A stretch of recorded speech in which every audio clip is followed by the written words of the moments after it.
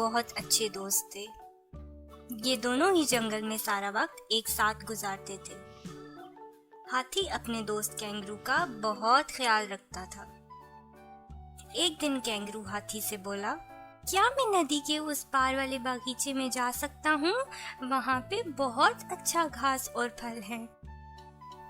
हाथी बोला, हाँ जरूर, लेकिन इस नदी में बहुत खतरनाक मगरमच्छ हैं। तुम्हें उनसे ध्यान रखना होगा। चलो मैं वहाँ तुम्हें ले जाता हूँ। हाँ ठीक है, मैं ख्याल रखूंगा। इस पर कैंगरू बहुत खुश हुआ और अपने दोस्त हाथी की पीठ पर बैठ गया। इस तरह हाथी अपने दोस्त को लेकर नदी को तेजी से पार करने लगा।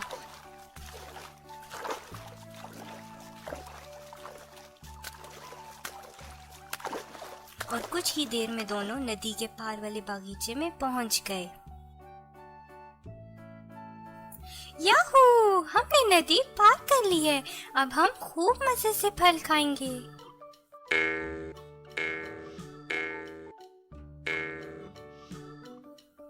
इस तरह दोनों ने जी भर के बहुत से फल खाए।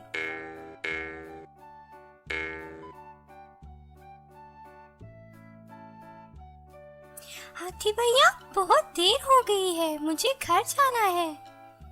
हाँ जाओ, लेकिन अपना ख्याल रखना। हाँ ठीक है, मैं ख्याल रखूंगा। और फिर कैंगरू तेजी से भागते हुए अपने घर जाने लगा। जब वो नदी के पास पहुंचा तो वहां बहुत से मगरमच्छ देखकर वो घबरा गया, क्योंकि उसकी जान बचाने के लिए उसका दोस्त हाथी उसके पास नहीं था।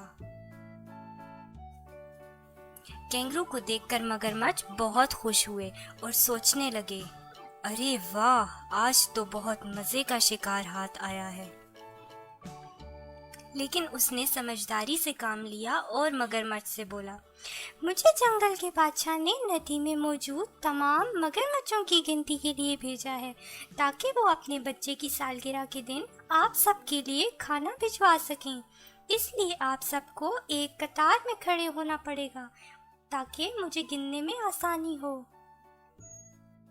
मगरमच्छों की कतार बनाते ही कैंगरू तेजी से छलांग लगाता हुआ नदी के दूसरे पार पहुंच गया। नदी के उस पार पहुंचकर कैंगरू बोला, सभी मगरमच्छ बहुत बेवकूफ हैं।